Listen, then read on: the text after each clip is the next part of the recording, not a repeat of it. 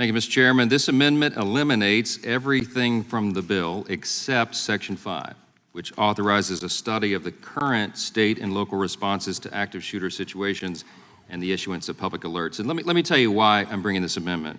For background, we've been here a while talking about this. People may have lost sight of what the bill actually does. The bill federalizes an active shooter alert system without first looking at what works and what doesn't work in the states that currently have these systems. It includes the vague definition, this bill does, of active shooter as someone who poses a, quote, active imminent threat, unquote, without clarifying what an active and imminent threat is. It also includes the overbroad definition of, quote, populated area, which encompasses any place where there is at least one person in addition to an active shooter. Pretty broad.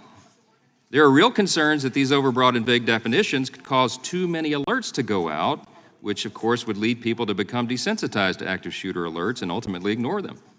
This bill, as drafted, listen to this, requires an advisory panel to submit a report on best practices within 15 months of its passage. But it also includes a study portion to look at what states are currently doing and to determine how states define those essential terms, active shooter, populated area, the rest. But here's the deal, and I don't know, maybe this is a good faith oversight, I'm not sure, but this study isn't required in the bill to be finished until 2 years after the bill is enacted. So let me just state the obvious. If you're not following this, it makes no sense in the world to study the issue for 2 years but require best practices to be reported within 15 months. There are other significant and very legitimate questions here. For example, the underlying purpose of an Amber Alert, I'm sure we would all agree, is of course to alert, but it's also to enlist the public in assisting law enforcement, to look out for a particular vehicle on the highway, for example. But an active shooter situation is obviously very different from a kidnapping. First, unlike a child abduction, which typically happens with little news coverage, an active shooter situation typically draws headlines and cameras and ubiquitous news coverage within just moments.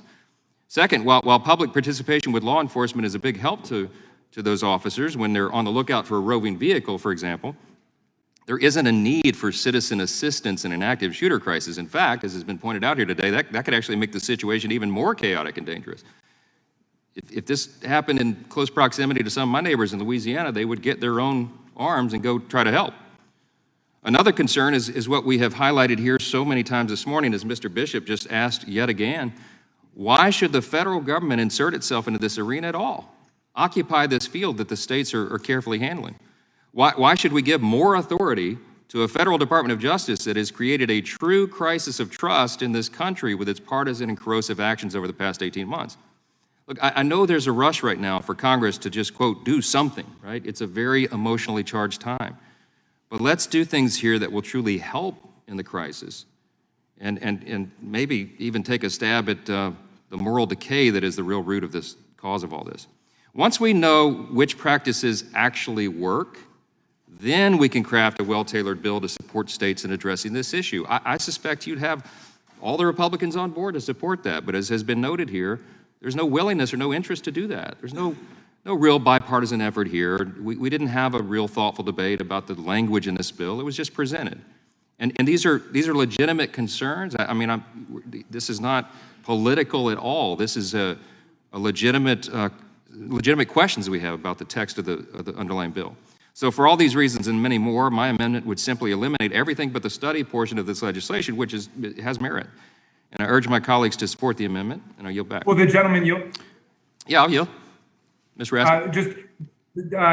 My friend from Louisiana invoked the term moral decay, and I'm wondering whether you believe public officials lying about public events such as elections constitute moral decay. Seriously? Seriously. I know you've been in the basement. Hold on, to reclaim my time. I know you have been in the basement doing nothing other than January 6th commission hearings for the last year and a half. The gentleman will be reminded. This is my time. We've missed you, Jamie. I'd love to see you here in the committee in person. I know you're busy, and I know that drives you. Your seething hatred for Donald Trump drives everything you do right now, but that doesn't have anything to do with the hearing here. Wait, it's my time. If you want to talk about the moral decay in this country, I would welcome a public debate on that subject, because it is the policies of the radical left that has gotten us to this point. Thoreau said there are thousands hacking at the branches of evil to one who's striking at the root. I think we ought to look at the root causes, and I'm glad you brought it up. Let's talk about that when we have more time, but I've only got 4 seconds, and I yield back before we get into this in a little more heated way.